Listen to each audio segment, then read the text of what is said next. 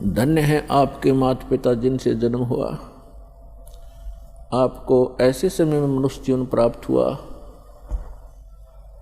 जिसकी कोई कीमत नहीं लगाई जा सकती। वैसे तो सभी सद्ग्रंथों ने, सभी महापुरुष संतों ने मनुष्य जीवन को बहुमूल्य ही बताया है, लेकिन ये जो समय अब है, कलयुग का जो बीचली पीढ़ी बताई है परमात्मा ने, ये समय परमेश्वर ने ऐसा निर्धारित किया हुआ है कि प्रत्येक कलयुग में इसी समय में ये मोक्ष मार्ग खोला जाता है। और इस समय में आपका जन्म अब पूरे विश्व के जितने भी प्राणी हैं जिनको मानव शरीर प्राप्त है, धन्य भाग हैं उनके कि उनको मानव शरीर प्राप्त है। दुर्भाग्य उन प्राणियों का जिनको ये सच्चा नाम, सच्ची भक्ति और सच्चा ज्ञान, तत्व ज्ञान प्राप्त नहीं है। उसके लिए परमात्मा ने अपने सभी बच्चों के लिए यह प्रयत्न इस दास से करवा रखा है। रजा उस परमेश्वर की ही है, क्योंकि जैसे माता पिता को अपने सभी बच्चे प्रिय होते हैं, ऐसे ही ये परमात्मा कबीर देव है जिसको अल्लाहु अकबर कहते हैं, जिसको ग्रेट गॉड कहते हैं। ये हम सभी का पिता है और यही हमारी माता है, क्योंकि इसके वचन से हम सभी आत्माओं की उत्पत्ति हुई है। इस परमात्मा में वो गुण हैं, त्वमेव माता च पिता त्वमेव, त्वमेव बंधु च सखा त्वमेव, त्वमेव विद्या च द्रविणम त्वमेव, त्वमेव सर्व मम देव देव। सब देवों के देव, सब परमात्माओं के परमात्मा, सब प्रभुओं के प्रभु ये कबीर साहब हैं, ये परम अक्षर ब्रह्म हैं। और हम सभी इसी के बच्चे हैं, चींटी से लेकर हाथी तक सभी प्राणियों में,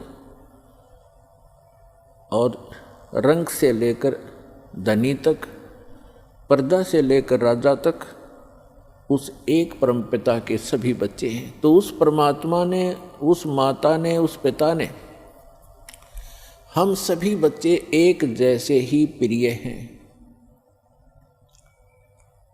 अपने कर्मों के कारण हम भले ही कोई कुत्ता, कोई गधा, कोई सूअर बना है, उनका भी दुख उस परमात्मा को है, क्योंकि परमात्मा चाहते हैं कि प्रत्येक प्राणी इस ज्ञान को स्वीकार करे, परमात्मा के दिए हुए इस विधान को समझे और ये सभी यहाँ से निकल जाएं। ये पृथ्वी एक कैद है, 21 ब्रह्मांड है वैसे तो इस काल के, जिनको हम जन्नत कहते हैं, स्वर्ग कहते हैं, जिसको हम हेवन कहते हैं।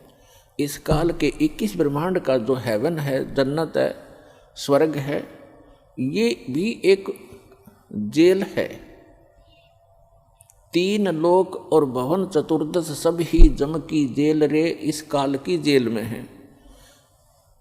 तो इस जेल से निकलने का सुअवसर अब प्राप्त है। और जो दास ये मार्ग भक्ति का आपको बता रहा है, ये गॉड गिवन है, कंप्लीट गॉड गिवन और कंप्लीट स्पिरिचुअल नॉलेज है। ये पूर्ण परमात्मा का दिया हुआ है, बताया हुआ है और संपूर्ण अध्यात्म ज्ञान है। और ज्ञान सब ज्ञान री, कबीर ज्ञान सो ज्ञान, और जैसे गोला तोब का अब करता चले मैदान। तो पुण्यात्माओं, मानव शरीर बहुत ही अच्छी आत्माओं को, पुण्यकर्मी प्राणियों को प्राप्त होता है।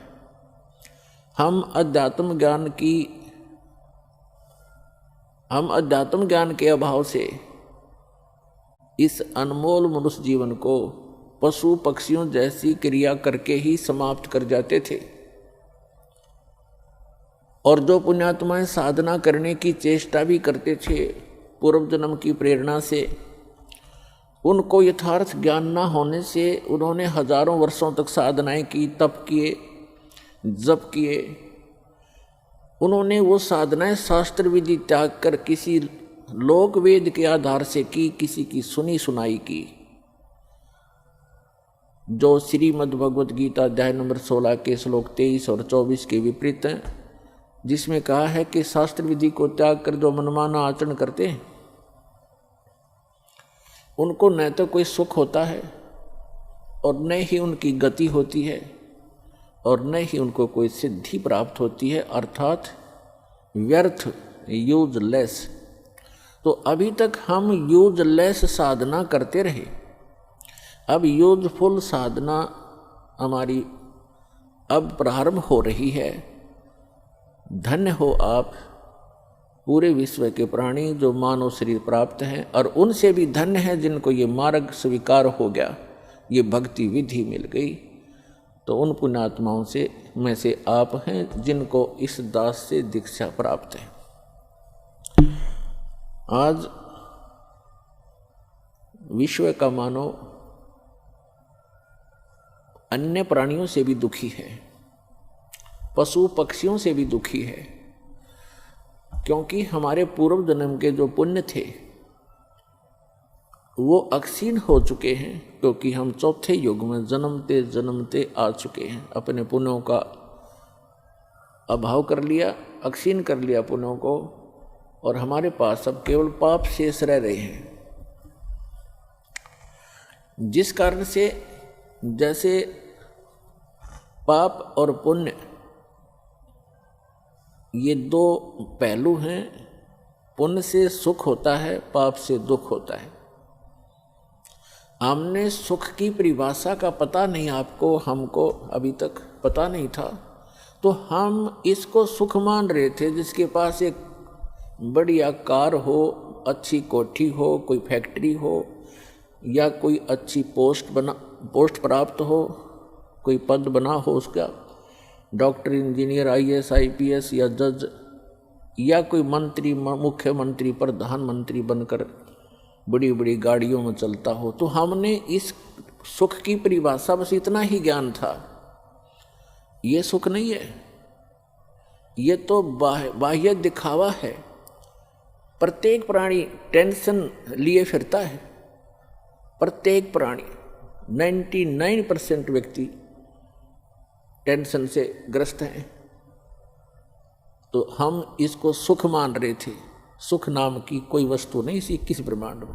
तो परमात्मा चाहते हैं कि आप यहाँ से निकलो, इस झूठे सुख को भूलो, इससे परिचित हो जिसको तुम सुख मान बैठे हो। कबीर साहब कहते हैं झूठे सुख को सुख है, ये मान रहा मनमोद, ये सकल चबीना काल का, कुछ मुख में कुछ गोद। यहाँ सब ये काल का आहार है। इस झूठे सुख को आप सुख मान बैठे हो, ये सुख नहीं है। आज आप जिसको सुख मानते हो उस व्यक्ति के पास सभी सुविधाएं उपलब्ध हैं, अच्छा मंत्री है, मुख्यमंत्री है, सब सुविधाएं हैं, पुत्र भी हैं, पुत्री भी हैं, आगे संतान भी ठीक है। तो इसको हमने सुख मान रखा है, और 1 मिनट में मृत्यु हो जाती है, 1 सेकंड के अंदर मृत्यु हो जाती है। फिर वो सुख कहाँ गया उसका? फिर कहीं गधा बनकर, कुत्ता बनकर गली में खड़ा होगा, खा के ये सुख। तो परमात्मा याद दिलाते हैं कि तन धर सुखिया कोई ना देखा, जो देखा सो दुखिया हो। उदय अस्त की बात करत है मन सबका, किया विवेका। शरीरधारी प्राणी यहाँ इस पृथ्वी लोक के जो कच्चे शरीरधारी प्राणी हैं, कहते परमात्मा कहते मैंने कोई इस पृथ्वी पर सुखी नहीं देखा। और जो उदय अस्त की बात करते हैं, उदय अस्त का अर्थ है चक्रवर्ती राजा, जिसका शासन पूरी पृथ्वी पर हो। परमात्मा कहते मैंने उनके भी अंदर से झांक कर देखा है। राजा के पास कोई साधु संत चला जाता है, ढेर सारे दुख बता देता है, महाराज मुझे ये तकलीफ है, महाराज मुझे ये तकलीफ है, महाराज मुझे ये कष्ट है। तो परमात्मा कहते हैं उदय अस्त की बात करे मैंने सबका किया विवेका हो। फिर क्या बताते हैं? जंगम दुखिया जोगी दुखिया, कहते हैं तंदर सुखिया कोई ना देखा, जो देखा सो दुखिया हो। उदय अस्त की बात करते हैं मैंने सबका किया विवेका हो। घाटे बात सब जग दुखिया, क्या गरही बैरागी हो। और सुखदेव ने दुख के डर से गर्भ में माया त्यागी हो। फिर कहते हैं जंगम दुखिया जोगी दुखिया, और तपस्वी को दुख दूना हो, और आशा तृष्णा सब में व्यापे, कोई महल ना सुना हो। फिर परमात्मा कहते हैं कि साच कहूँ तो जग नहीं माने, पर झूठ कही ना जाई हो, और ये ब्रह्मा विष्णु महेश्वर दुखिया, जिनने ये राह चलाई हो। फिर परमात्मा अंत करते हैं इस कहानी का, कहते हैं सुरपति दुखिया, सुरपति इंद्र स्वर्ग का राजा, देवताओं का स्वामी, सुरपति दुखिया, भूपति दुखिया, भूपति माने पूरी पृथ्वी का शासक राजा, सुरपति दुखिया, भूपति दुखिया, और रंक दुखी बपरीती हो, कहे कबीर और सब दुखिया, एक संत सुखी मन जीती हो। अब निष्कर्ष कर दिया दाता ने कि आप जी ब्रह्मा श्री विष्णु श्री शिव जी को एक सुप्रीम पावर मानकर इनकी आराधना कर रहे हो, और इनसे हटकर कोई कहना सुनाना चाहता है तो आप जी बिल्कुल सुनना नहीं चाहते। तो परमात्मा कहते हैं कि साच कहूँ तो जग का जचे नहीं, ये संसार मानना नहीं कि ब्रह्मा विष्णु महेश भी दुखिया, पर झूठ कही ना जाई हो, और ये ब्रह्मा विष्णु तुम्हारे शिव जी दुखिया, जिन ये राह चलाई हो। अब विचार करके देखो, विष्णु जी को श्राप दे दिया किसने? नारद जी ने। क्यों? क्योंकि उसने हरि का रूप मांगा था विवाह करवाने के लिए, और कहते हैं विष्णु जी ने उसका बंदर का मुख लगा दिया, जिस कारण से नारद जी ने भगवान विष्णु को श्राप दे दिया। उस श्रापवश भगवान श्री विष्णु श्री रामचंद्र रूप में राजा दशरथ के घर जन्म लिया। श्री रामचंद्र जी का जीवन देख लो, वो कितना सुखी रहे होंगे। श्री विष्णु जी विवाह हुआ छोटी आयु में, विवाह होते ही वनवास हुआ, वनवास में से उसकी धर्मपत्नी का अपहरण हुआ, वो जेल रावण राक्षस के जेल में पड़ी है, हाहाकार मचा हुआ। फिर उसको छुटवाने के लिए सीता जी को रावण की कैद से छुटवाने के लिए कितना भयंकर युद्ध हुआ, करोड़ों व्यक्ति मारे गए, दिन रात हाहाकार मचा रहा। और उसके बाद फिर सीता जी को वापस ले आए, अग्नि परीक्षा लेकर। अग्नि परीक्षा माने कि सीता जी को अग्नि में बैठा दिया था चिता के ऊपर कि यदि तूने रावण से संपर्क किया है तो जल जाएगी, और नहीं किया है तो तू निष्कलंक है, तो अग्नि से जलेगी नहीं। वो अग्नि से नहीं जली, लाखों लोगों के सामने परीक्षण हुआ। श्री रामचंद्र जी सीता जी को लेकर घर आ गया। कुछ दिनों के बाद सीता गर्भवती थी, उधर से किसी धोबी ने व्यंग कस दिया, अपनी पत्नी को कूट रहा था, पीट रहा था, और कह रहा था कि तू 2 दिन घर से बाहर कहाँ रही? मैं इस दशरथ पुत्र रामचंद्र जैसा नहीं हूं कि उसकी पत्नी रावण के पास रही 12-10 वर्ष तक और उसको आज घर रखे हुए है। मैं उस जैसा नहीं हूं। इस बात को श्री रामचंद्र जी ने अपने कानों सुन लिया, क्योंकि वो रात्रि के समय वेश बदलकर घूमा करते थे। उस समय के राजा ऐसी व्यवस्था रखते थे। इस बात को सुनकर के दुनिया में मैं क्या मुंह दिखाऊंगा, मेरे ऊपर उंगली कसी जाती है, टोंट कसे जाते हैं। अगले दिन अपनी धर्मपत्नी सीता जी को घर से निकाल दिया, गर्भवती को। पुण्यात्माओं, यदि हमने लोक वेद लोगों के ही दंत कथाओं से ही अपना शासन व्यवस्थित करना है, तो कैसे हम राजा, कैसे हम भक्त, कैसे हम भगवान? लाखों लोगों के सामने परीक्षण किया सीता जी का, और वो निष्कलंक। और एक धोबी ने कह दिया कि मैं उसके कहने मात्र से अपनी पत्नी का परित्याग कर दिया, तो धिक्कार है ऐसे डिसीजन को। आप आम आदमी भी ना करे ऐसी गलती, आम आदमी भी नहीं कर सकता जिसकी पत्नी के गर्भ हो और उसको घर से निकाल दे, कहाँ जाएगी फिर वो? तो पुण्यात्मा, भले ही उसने लोगों की शर्म से निकाल दिया, लेकिन अंदर से दुख उसका गया नहीं। वो सीता जी कहीं रही, अब उसके बच्चे कहाँ, और आप राजा बना बैठा, सपने में सुख नहीं उस व्यक्ति को, चाहे कितनी बात बनावे। वही श्री विष्णु जी श्री कृष्ण रूप में जन्मे, जन्म से ही दुख शुरू हुआ था, मृत्यु होगी, सुख का सांस श्री कृष्ण जी को नहीं हुआ। श्री विष्णु जी के दूसरे रोल को आप देख सकते हैं। जेल में जन्म हुआ, मामा शत्रु हो गया, कभी काल्यवन, कभी जरासिंह, कभी कोई शिशुपाल उनके साथ झगड़ा करने को आते हैं। फिर जाकर के एकांत स्थान पर अपना स्थान खोजा, द्वारका समुद्र के अंदर, वहाँ रहे कुछ दिन। उसके बाद अंत देखो श्री कृष्ण जी के पूरे कुल का। दुर्वासा जी ने श्राप दे दिया कि तुम्हारा कुल नाश होगा। श्री कृष्ण जी अर्थात विष्णु जी के सामने उनके 56 करोड़ यादव हो गए थे, 56 के 56 करोड़ आपस में लड़के कटके मर गए। श्री कृष्ण जी के अर्थात विष्णु जी के पोता और पोते भी। तो श्री कृष्ण जी के पोते और बेटे उनकी आंखों के सामने कटके मर गए। तो यहाँ परमात्मा कहते हैं, साच कहूँ तो जग नहीं माने और झूठ कही ना जाई हो, ये ब्रह्मा विष्णु में ईश्वर दुखिया जिन ये राह चलाई हो। फिर कथा कहते हैं कि सुरपति दुखिया भूपति दुखिया और रंक दुखी बपरीती हो। सुरपति देवताओं का राजा इंद्र दुखी। इंद्र की कहानी आप पढ़ कर देखो पुराणों के अंदर। एक बार राक्षसों का और देवताओं का युद्ध हो गया, राक्षस विजयी हो गए, इंद्र भाग गया, गद्दी छोड़कर जंगलों में छुप गया, कोई वर्षों तक भूखा प्यासा पड़ा रहा, खा के वह सुख। और इंद्र की मृत्यु के उपरांत उस राज को भोग करिए, राजा चाहे स्वर्ग का हो चाहे पृथ्वी का हो, अगला जन्म उसका गधे से शुरू होता है। तो बाढ़ में जाओ ऐसा राज जो अगले जन्म में गधा बने।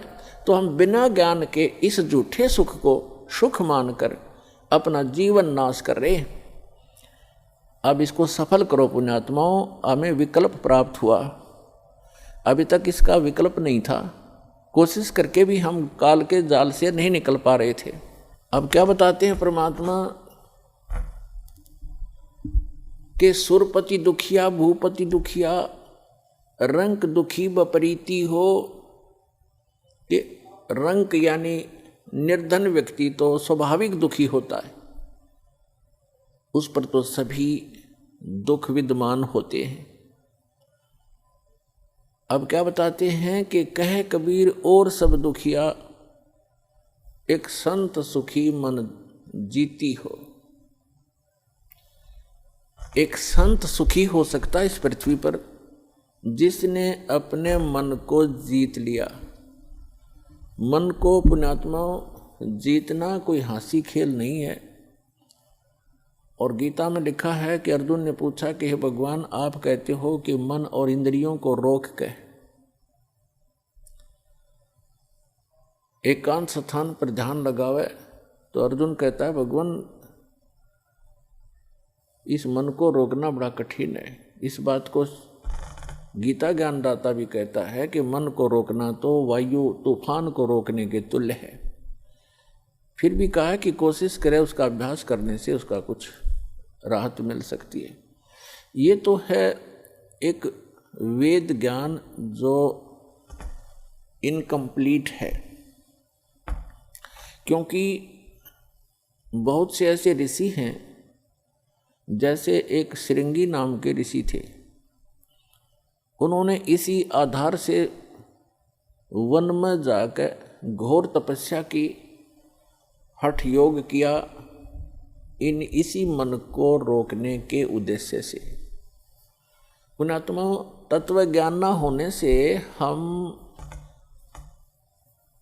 मनमुखी साधनाएं और अज्ञान के आधार से ये जीवन नाश करते रहे। जनसाधारण ये सोचा करता था कि बड़े महर्षि हैं, ऋषि हैं और बड़ा कठिन तप कर रहे हैं। उसके विषय में सूक्ष्म वेद में परमेश्वर ने आकर स्वयं बताया है कि डंब करें डूंगर चढ़ें, अंतर जीनी झूल और जग जाने ये भक्ति करें, ये बोवें सूल बबूल। ऊंचे स्थान पर बैठते हैं, कोई पहाड़ पर, कोई ऊंचे से स्थान पर के दूर तक दिखाई दे में कहीं साधना कर रहा है कोई संत। डंब करें, डंब माने पाखंड करते हैं, लोग दिखावा करते हैं। डंब करें डूंगर चढ़ें, डूंगर माने पहाड़ पर ऊंचे स्थान पर चढ़ जाते हैं। अंतर झीनी झूल, अंदर ज्यों की तू बकवाद भरी है, और जग जाने यो भक्ति करे, ये बोवे सूल बबूल। अपने भविष्य में ये कांटे बो रहे हैं तत्व ज्ञान के अभाव से। उसके लिए क्या बताते हैं परमात्मा कि एक श्रृंगी नाम के ऋषि थे, उन्होंने ऐसे ही अपने इसी अज्ञान आधार को प्रमुख रखकर जंग वन में चले गए, फॉरेस्ट के अंदर बैठ गए, जाकर हठ योग किया। इन्होंने क्या सोच रखा है कि पहले अपनी इंद्रियों को काबू करें, और ताकि ये भक्ति में फिर बाधक ना हो। इस उद्देश्य को लेकर के दूसरा वो रखते हैं कि जैसे वन में चले भी गए तो भूख प्यास सताती है, उसके लिए ये महापुरुष क्या करते हैं कि खेचरी मुद्रा का प्रयोग किया करते थे। खेचरी मुद्रा, जैसे कई पंथ हैं, जैसे ये अंसा देश वाले तो इससे बगाटा जोड़ रहे हैं। खेचरी मुद्रा, जीभ को उलटकर तालू पर लगा ले और कान बंद करके ये नाद क्रिया, ये तो बालकों के खिलौने हैं। इस मन कल्पित ये अपना एक ड्रामा है, इस जीवन को नष्ट करने का। तो इसी आधार से श्रृंगी ऋषि ने अमृत क्रिया को सिद्ध किया। जैसा कि ये संत बताते हैं, ये तो इनको तो कख भी पता नहीं अमृत क्रिया क्या होती है। तालू का जीभ लगा लो ऐसे मोड़ कर, और कहते हैं फिर तालू से अमृत टपकेगा। ये तो लाड़ टपके हैं, अमृत थोड़ा टपकेगा, इससे बकवाद करें। ये एक ऐसी क्रिया है जैसे जीभा को वापस मोड़ेंगे और तालू के लगाने की हम चेष्टा करेंगे तो हमारी नाड़ियां कसती हैं जो जीभा से और मस्तिष्क से संबंधित है। हमारे इस शरीर के अंदर इस तालू के ऊपर, ये जो तालू है लटक रहा है हमारे, इसके ऊपर एक थोड़ा सा स्थान है, वो कम प्लेस है, और उसके अंदर एक अमृत भरा रहता है सदा, और वो अमृत वहाँ से सीधा चल के नीचे जाता है नाभि के पास, ऑटोमेटिक चल रहा है वो।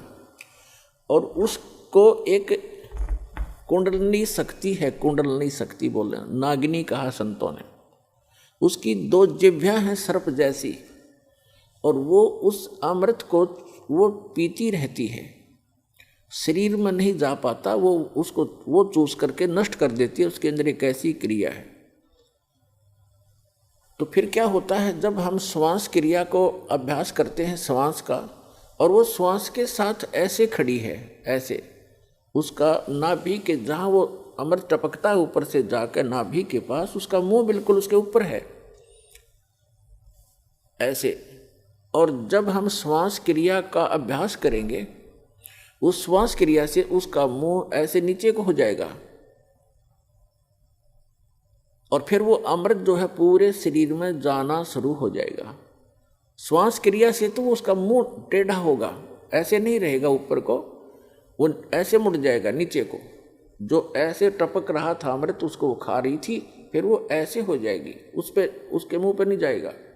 ये तो श्वास क्रिया का लाभ मिलेगा। और फिर जो हम तालू पर जिह्वा लगाने की चेष्टा करते हैं, उससे क्या होगा कि हमारा जो ऊपर इस तालू के ऊपर एक स्थान है जहाँ पर ये अमृत भरा रहता है, लिक्विड सा है ये, इसके उसके नीचे वो एक जैसे इसको अर्ध छोटा सा बेर होता है, बेर का फल, बेरी का फल, उसको आधा काट दे, साफ कर दे, इतना सा है वो, ऐसे आधा कटा हुआ। और उसके बिल्कुल नीचे एक वाल है, वाल, और उसके ऊपर एक छोटी सी नाड़ी टिकी हुई है जो उस वाल के सुराख को रोक रही है।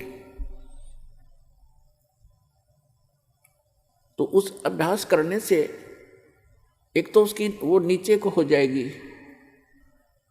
नागनी श्वास के जो श्वास क्रिया से तो नागनी का फन नीचे को हो जाएगा और फिर वो नीचे जाना शुरू होगा और जिस रास्ते से फिर वो जाएगा वो उस नागनी के हाथ नहीं लगेगा, वो पूरा शरीर में व्याप्त हो जाएगा। एक स्वाभाविक ओवरफ्लो होकर के वो छोटा सा जो आधे बेर का जितना स्थान समझो खाली ओवरफ्लो होकर जब जाता है तो वो नागनी के मुंह पर गिरता रहता है।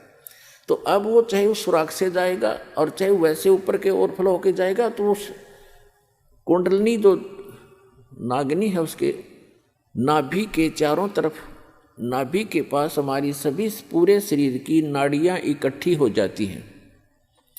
उनका एक ऐसा बंध है वहाँ पर, उसके ऊपर वो ऐसे लपेटी हुई है जैसे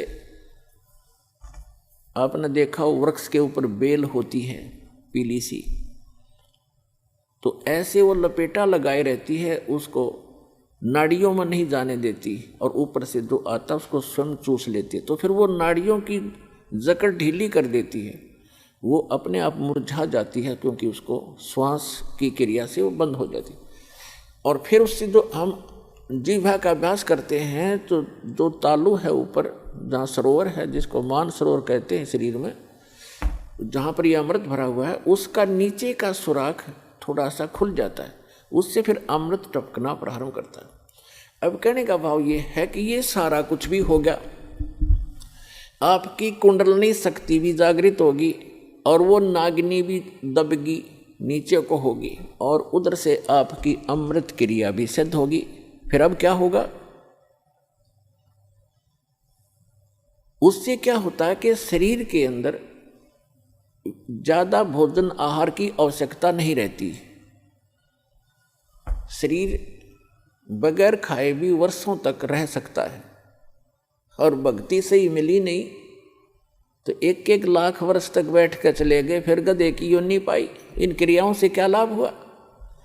जैसे खेत संवार लिया, बा दिया, घास उसका अड़ंगा खत्म कर दिया और बीज बोया नहीं, बीज है नहीं, गेहूं के स्थान पर भांग बोली, यानी सतमंत्र ना जाप करके अन्य मंत्रों का जाप कर लिया, वो भांग बो दी।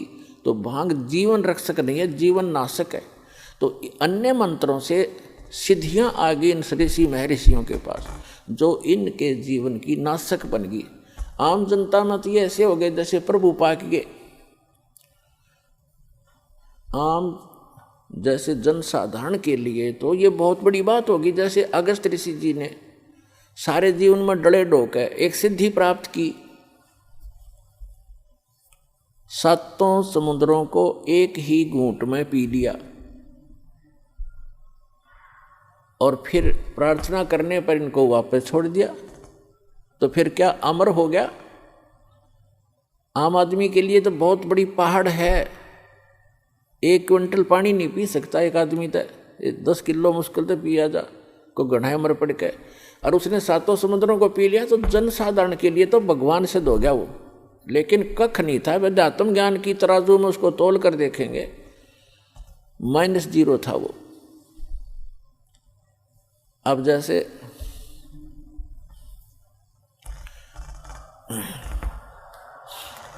प्रसंग चल रहा है, एक श्रृंगी ऋषि था, उसने ऐसी ये अमृत क्रिया सिद्ध करके और पूरे शरीर को साध लिया जैसा वो सोच रहे थे।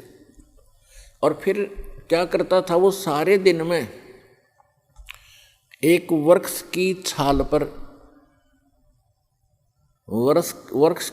पर एक बार दिन में जिह्वा लगाता था, ऐसे चाटता था, उसी से संतुष्ट हो जाता था क्योंकि उसने अमृत क्रिया को सिद्ध कर रखा था। तो उसको इस बात का गर्व हो गया कि अब तूने अपनी इंद्रियों पर काबू पा लिया। वो ऋषि अयोध्या नगरी के पास बाहर बनी में, बाहर जंगल में, वन में गांव से आधा किलोमीटर की दूरी पर रास्ते के साथ में बैठ गया वृक्ष की तरफ मुंह करके, और सारा दिन में एक बार वृक्ष के छाल को जिह्वा से चाटे और बस ध्यान मगन रहे। कुछ ही दिनों में आने जाने वालों ने देखा कि एक महापुरुष बैठे हैं, ना खाते हैं, ना पीते हैं, ना सोते हैं और ना उठते हैं। आसपास पूरी नगरी अयोध्या के लिए एक बहुत बड़े जो है अचंभे की बात थी। नगर के लोग देखने जाने लगे, सारा दिन बैठे रहते थे, सारी रात बैठे रहते थे। जब उनको पक्का यकीन हो गया कि सचमुच महापुरुष के ये तो भगवान से मिल चुका है, सारे नगर में तहलका मच गया। राजा दशरथ तक बात गई। राजा भी स्वयं वहाँ पर गए अपने परिवार समेत संत के दर्शनार्थ, लेकिन संत मस्त हैं, ना किसी से बोलते हैं और न ही दिन रात में कहीं उठते और बैठते हैं, ना जाते हैं, ना कुछ पीते हैं, ना खाते हैं। उनके साथ उनकी बेटी भी गई राजा दशरथ की। श्री रामचंद्र जी और अन्य का जन्म तो बहुत बाद में हुआ है, उसमें उनकी एक पुत्री थी। अब राजा की लड़की प्रतिदिन अपनी नौकरानियों के साथ वहाँ जाने लगी। उसने किसी वैद्य को बुलाकर पूछा किसी व्यक्ति से कि ये ऋषि बात करे तब बात बने, कोई आशीर्वाद प्राप्त करें हम। तो एक वैद्य ने बताया कि जहाँ ये जिह्वा से चाटता है वहाँ पर मधु का लेप कर दिया जाए, यानी शहद लगा दिया जाए। अगले दिन उस राजा की लड़की दशरथ की बेटी ने ऐसा ही करवा दिया। जहाँ वो जिह्वा लगाता था वहाँ शहद लेप दिया थोड़ा सा। पहले दिन एक बार जिह्वा लगाता था, पहले वो उस दिन उसने 2-3 बार चाटा, क्यों स्वादिष्ट लगा। अगले दिन तो कुछ ज़्यादा लगा दिया तो और ज़्यादा चाटा। धीरे धीरे उसका जो है भूख जागृत होगी। फिर उसको खीर ख्यार खिलाने लग गए। कुछ दिन के बाद वो हलवा पूरी खाने लग गया। अपने पिता की आज्ञा लेकर लड़की ने कहा कि ऐसे महापुरुष को पिताजी घर ले चलते हैं। राजा दशरथ ने उनको गुरु धारण कर लिया। श्रृंगी ऋषि युवा थे, अपने घर पर रख लिए और उन्हीं की देख रेख में, उन्हीं की आज्ञा से पुत्र प्राप्ति के लिए एक अनुष्ठान की तैयारी की। और उससे पहले वही श्रृंगी ऋषि दशरथ की पुत्री बेटी को लेकर चंपत हो गया।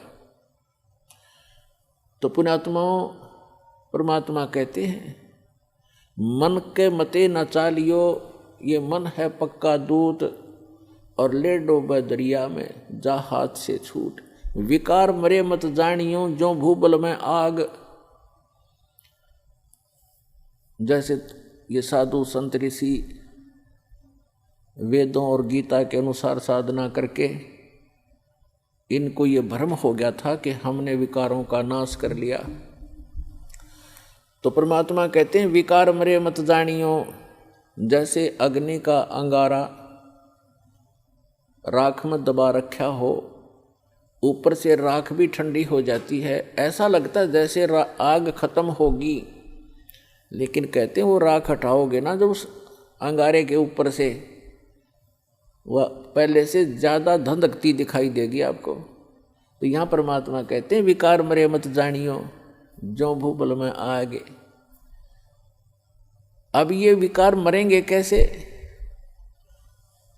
वो क्रिया वही हैं, लेकिन उनके अंदर जैसे श्वास उश्वास की क्रिया क्या चीज़ है?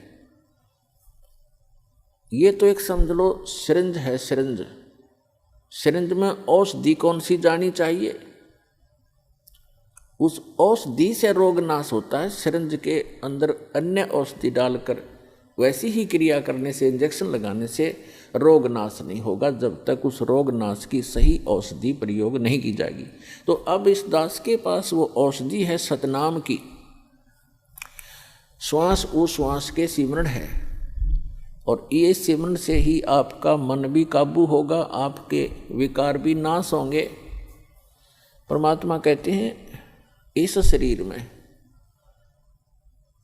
इस मानव शरीर के अंदर इतना जो है विकार ग्रस्त है, ये ऐसे ढंग से इसकी कंस्ट्रक्शन है, इसमें ये तो आशा करना ही नहीं कि ये पूर्ण रूप से स्वस्थ हो जाएगा और इसमें कोई विकार नहीं रहेगा। ये तो पैदा ही विकारों से हुआ है। लेकिन इस भक्ति से, सत साधना से ये विकार ऐसे जकड़ दिए जाएंगे, ऐसे बांध दिए जाएंगे कि फिर ये हानि नहीं करेंगे। जैसे कोई पशु है और वो ऐसे फूंफा करता है, मार देता है, सींगों से मार देता, तो उसको बांध दिया जाता है टाइट रस्से तक। अब वो रस्से से इतना टाइट बांध दिया गया है कि वो हानि नहीं कर सकता, फूंफा कर सकता है, लेकिन उसकी सीमा बना दी। तो परमात्मा की इस भक्ति से, परमात्मा के इस ज्ञान से, सत साधना से इन विकारों को ऐसे बांध दिया जाएगा कि ये मन फूंफा करने की चेष्टा करेगा, लेकिन इस तत्व ज्ञान रूपी रस्सा इसको जकड़ देगा और ये भक्ति की कमाई इसको दबा देगी। जैसे कोई भी इंसान है, कोई रिश्वत लेता है, जिसमें उसको ये ज्ञान होगा कि ये रिश्वत तेरा दुश्मन है, ये तू विष खा रहा है, इस तत्व ज्ञान से पूर्ण रूप से विश्वास हो जाएगा, तो उसके बाद मन चाहेगा कि ऐसा ले लूँ, मोटी रकम मिल रही है, लेकिन आत्मा धिक्कारेगी, खबरदार इसका हाथ लगा दे, तो ये फूं फां करके चुप हो जाएगा। इसी प्रकार वो और कोई दुराचार की वासना उत्पन्न होगी तो आत्मा इसको धिक्कार देगी, ये ज्ञान इसके आगे खड़ा हो जाएगा और इसका उस वहीं पर रुकावट हो जाएगी। तो इस प्रकार हम इन विकारों को भी रोकेंगे इस भक्ति और इस साधना और इस ज्ञान से, और हम अपना आत्म कल्याण भी आसानी से करवा पाएंगे। तो परमात्मा कहते हैं कि सुरपति दुखिया, भूपति दुखिया और रंग दुखी बपरीती हो, कहे कबीर और सब दुखिया, एक संत सुखी मन जीती हो। अब मन को जीतना कैसे है? जैसे दोजक भीष्ट सबीते देखे, राजपाट के रसिया, तीन लोक से तरपत नाही, ये मन भोगी खसिया। परमात्मा ने सुख संवेद में बताया है कि दोजक मीन नरक और बहिष्ट मीन स्वर्ग।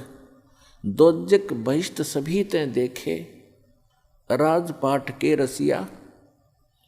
इस राज्य प्राप्ति के लिए आपने बहुत से पहले तप किए, जप किए, दान किए, यज्ञ किए, स्वर्ग में गए, स्वर्ग का समय समाप्त करके अपनी पूंजी अक्षीण करके, स्वर्ग क्या है? स्वर्ग इज ए रेस्टोरेंट, जिसमें एक रेस्टोरेंट है जिसमें सब वस्तु आपको अपनी जेब से खरीदनी पड़ेंगी, अपने पल्ले से, अपने पैसे से। सुविधाएं वहाँ जो उसमें है वो आप पूरी प्राप्त कर सकते हो यदि आपके पास पैसा है, लेकिन आपकी जेब खाली हो रही है।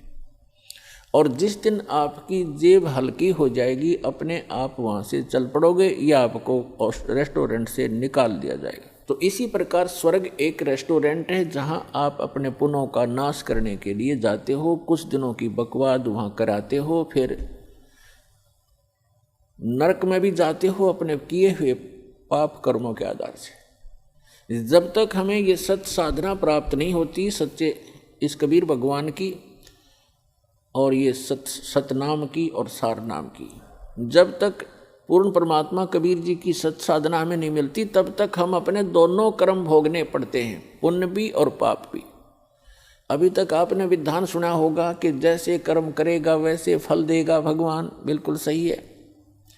आपके जैसे कर्म पूर्व जन्म के हैं उनसे आपकी एक जीवन बन गया, किस्मत बना दी। आपके जो संचित कर्मों में से कुछ पुण्य ले लिए, कुछ पाप ले लिए। उस एवरेज से जिसके पुण्य घने हैं और पाप कम हैं तो उसके पुण्य उसी रेशो से अधिक जीवन में आपको प्राप्त हैं, और पुण्य भी उसी आधार से और पाप भी उन्हीं की रेशो से। तो आप जी को दोनों भोगने पड़ेंगे। यहाँ इस प्रारब्ध बोलते हैं इसको, प्रारब्ध यानी जीवन में लिखी हुई किस्मत के जो कर्म हैं, जो संस्कार हैं किस्मत के, उनको प्रारब्ध कर्म बोलते हैं।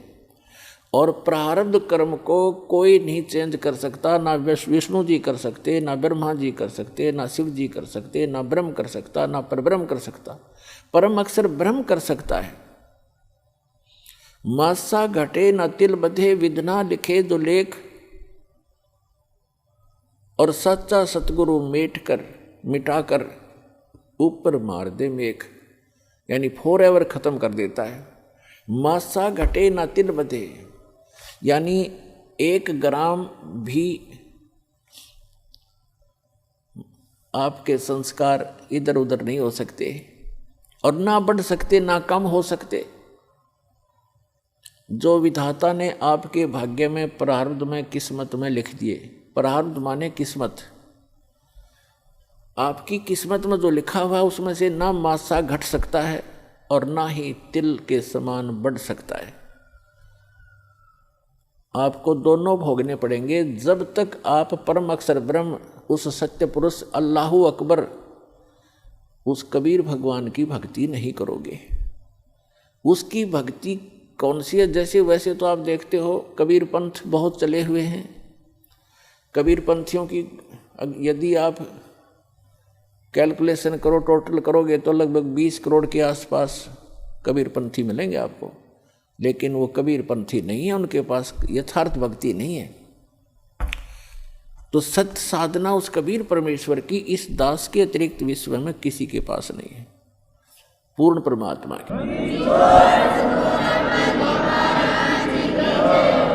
और उस सतलोक को प्राप्त करने की, जहां जाने के बाद साधक कभी दुखी नहीं होता। तो जो प्रसंग चल रहा है कि परमात्मा ने बताया है कि जब तक आप इस सत्य साधना को छोड़कर अन्य जो साधनाएं करते हो तो दोजक मीन नरक और बहिष्ठ मीन स्वर्ग। दोजक बहिष्ठ सभी तय देखे राजपाठ के रसिया, और 3 लोक से तरपत नाही ये मन भोगी खसिया। है अपने आत्मा परमात्मा के इन अनमोल वचनों को हृदय में जचा लो। ये कोई डूम भाट के गीत नहीं, एक परम पिता के बताया हुआ मार्ग है। अब प्रसंग चल रहा है कि दोजक भिष्ट सभी ते देखे राजपाट के रसिया। आपने अन्य साधनाएं करके आप जी ने स्वर्ग भी प्राप्त किया और नरक भी, दोनों भोग लिए। और 3 लोक से तरपत नाही ये मन भोगी खसिया। 3 लोक भी यदि इस जीव को दे दे, इस मन की फिर भी तृप्ति नहीं है, सेटिस्फैक्शन नहीं है। क्यों नहीं है? क्योंकि आत्मा को ज्ञान नहीं है और मन एक शैतान है, उस शैतान का एजेंट है, काल का एजेंट है, ब्रह्म का। तो पुण्यात्माओं, 3 लोक से तरपत नाही ये मन भोगी खसिया। जैसे कोई सरपंच बन जाता है गांव का प्रधान, उसकी फिर नीयत ये रहती है कि चेयरमैन बनूं तो बात बने, क्योंकि सरपंचों के ऊपर चेयरमैन अधिकारी होता है। फिर सोचता है चेयरमैन बनने के बाद कि एमएलए बनूं जब बात बने। एमएलए बनने के बाद तो फिर उसके मन में एक धारणा बनती है कि एमएलए भी कोई खास बात नहीं, मिनिस्टर बनो जब बात बने, जब आनंद आए। मिनिस्टर बनने के बाद उसकी टेंडेंसी बन जाती है कि मुख्यमंत्री बनो जब हाथ में कमांड आवे, ना तो कोई मजा नहीं आया। अब मुख्यमंत्री बनने के बाद उसको संतुष्टि नहीं होती, वो सोचता प्रधानमंत्री बनूं जब जी में जी आवे, जब आनंद हो, ओवरऑल कंट्रोलर बनो। जो मनुष्य जीवन का काम था वो तो स्टार्ट भी नहीं किया। ऐसी सोच करते करते मृत्यु हो जाती है और फिर वो प्राइम मिनिस्टर बनने की आशा रखने वाला गधा मिनिस्टर बना खड़ा है, वो गधा बन गया।